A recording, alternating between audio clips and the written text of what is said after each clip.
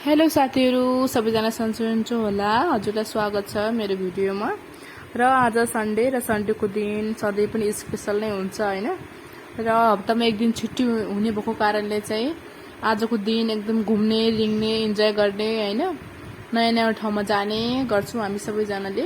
र जति पनि गोवामा हुनुहुन्छ उहाँ सबैजनालाई थाहा छ होला यो ठाउँ कहाँ हो भनेर। अनि यो ठाउँ चाहिँ गोवाको दोनपाल भन्ने ठाउँ हो र हेर्न सक्नुहुन्छ कस्तो रमाइलो ठाउँ छ हैन, पुरा बिल्डिङहरु देखिरहेको छ। र अहिले म ठ्याक्क आएको छु र यो ठाउँ चाहिँ यहाँ चाहिँ सिंगम फिल्मको सुटिङ पनि भएको हो रे हैन, त्यसकारणले चाहिँ मान्छे पनि ज्यादा आउने गर्छन्। र अहिलेको टाइम भन्नुहुन्छ भने लगभग 6 भइसकेको छ र हेर्न सक्नुहुन्छ कस्तो राम्रो राम्रो भ्यू पनि छ। र धेरै मान्छेहरु पनि आएको छन् हैन, कति कति बाहिर देशको मान्छेहरु पनि आएको छन्। र त्यसपछि मैले मेरो श्रीमानलाई त हेर्नुस् न त भनेको थिएँ, अनि उहाँले चाहिँ कपाल मिलाउँदै हुनुहुन्छ हैन।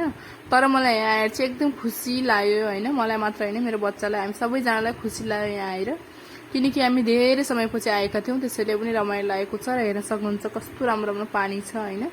यहाँ चाहिँ ढुङ्गाहरू पाइँदैन, तर यस्तै खालको ढुङ्गा मात्र पाउँछ हैन। तर पानी हेरेर यस्तो राम्रो लागिरहेको छ हैन, चिसो मौसम पनि छ। मेरो बच्चा पनि एकदमै धेरै रमाइरहेको छ हैन। यहाँनिर आएर चाहिँ यस्तो लाग्छ कि एकदमै म कुन ठाउँमा आए जस्तो फिल पनि हुन्छ हैन। चारैतिर एकदमै समुद्र समुद्र मात्र छ हैन, बीचमा एकदमै राम्रो ठाउँ छ हैन, समुद्रको बीचमा। त्यसैले नै यहाँ सबैजना ज्यादा आउने ठाउँ भनेको यही होला हैन। धेरै हेर्न सक्नुहुन्छ कति धेरै मान्छेहरू छन् भनेर। त्यसपछि मलाई मेरो श्रीमानले अब जाउँ घर भनिसक्नु भएको छ र टाइम पनि भइसकेको छ, त्यसैले अब हामी पनि घर जान लागेको छु। र म जति सक्दो सानो छोटो मिठो भिडियो बनाएको छु, प्लिज सबैजनाले साथ दिनुस् हैन भिडियोलाई। मेरो च्यानललाई सब्स्क्राइब गरिदिनुस् र भिडियो हेरेर पुरा कमेन्ट गर्नु होला। जति पनि गोवामा हुनुहुन्छ सबैजना को हुनुहुन्छ, कहाँ कहाँदेखि हेर्दै हुनुहुन्छ, प्लिज कमेन्ट गर्नु होला। बाई।